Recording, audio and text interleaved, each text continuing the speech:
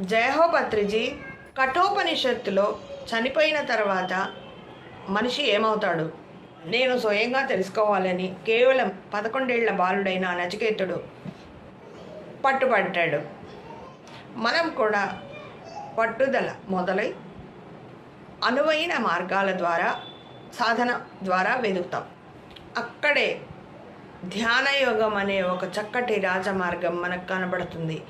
కర్మయోగం, జ్ఞానయోగం, మరి జ్ఞానయోగం కంటే ధ్యానయోగం ఎంతో ఉత్తమమైనది, ఉన్నతమైనది అని తెలుసుకుంటాం. దీన్నే రాజయోగం అంటారు, కింగ్ ఆఫ్ ద యోగాస్.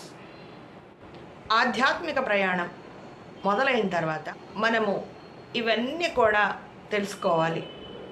ఒకసారి మనకు ఈ ఆధ్యాత్మిక ప్రయాణం మొదలైతే మన సాధన మొదలైనట్లే.